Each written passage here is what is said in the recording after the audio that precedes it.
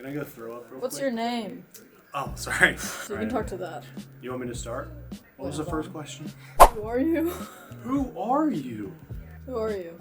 My name is Staff Sergeant Phipps. I am working in the Recruiting and Retention Battalion as the Plans and Outreach NCOIC. Check. I'm a pretty complicated individual, I guess you could say. Now, I do a lot of stuff outside of uniform. Mostly, I guess I could say I'm a big brother. That's my biggest thing. I have 2 little sisters and a little brother. I go to the gym, study. I'm in school, I'm getting my master's in psychology. Great question. I joined the Guard because I did my first year of college and I realized that I had no clue what I wanted to do. I had no discipline, no drive, no understanding of what the future was going to be like for me. So I wanted to do something different. I wanted to serve. And I just wanted to be a better version of myself. So I was originally going to join the Marine Corps, but I decided, I want to serve my state too. I want to help people in my community. So then I found the National Guard, and it was like a perfect fit for me, and I never looked back. Oh wow. I've had a lot of inspirations throughout my career. I could probably name like 15 people that have really inspired me. I think the person that sticks out most prominently would be Chaplain Matt Smith. He's a major now in the Guard. He was like the first person. I met him at a time where I really needed like a really positive influence in my life, and he really helped me sort of see the bigger picture to be a better person. But since then, I've had several role models: Sergeant O'Neill, Lieutenant Lockie, Captain England, Captain Fink. So many people that I've met. A lot of great people in the Guard. I guess what do you define as a hard day? Lots of hard days. No, I think what motivates me is that I just sort of created an ethos for myself and like what I expect of myself. So even on the days that are difficult, I still have expectations for myself to be a certain person and to live up to a certain standard. So motivation comes and goes, but discipline, drive, kind of the reason why you're doing what you do is what motivates me when I find it hard to keep going. Something that would surprise people was that I was actually a very bad student in high school, because everything I've done in the Guard, I've done with like a certain zeal to where you wouldn't know that I was kind of like a turd before I joined the Guard. I had I think I graduated high school with a 2.1 GPA, and I had over 40 unexcused absences. So if you met me in the Guard, you would never be able to guess that was the kind of student I was.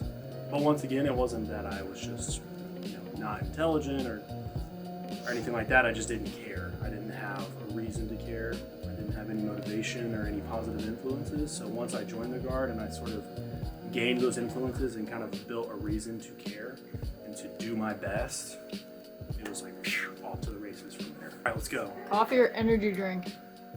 Oh, just depends, man. Depends? Yeah, I love them both. I would say if I really need like a kick, coffee, because I'm so used to energy drinks now that it's just like water. So, I like coffee. Yeah, I would say coffee overall. Late nights. I hate getting up. Anyone who knows me knows that I'm not great at getting up early, so definitely late nights. Connecting with soldiers, for sure. Okay. Especially like the higher you move up in the rank structure, and the more like leadership positions you gain, you meet a lot of people that need help, and sometimes they don't even know it.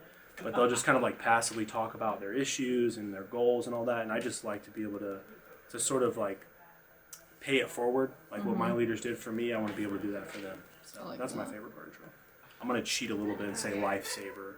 It gave me a purpose and a direction. So it sort of saved me. Oh, wow. I have a lot of advice. But I would say to my younger self, first, trust yourself. I had a lot of issues trusting myself. I would make a decision and then I would immediately attack it from every angle and play my own devil's advocate, to the point where I would always talk myself out of the good decisions that I wanted to make.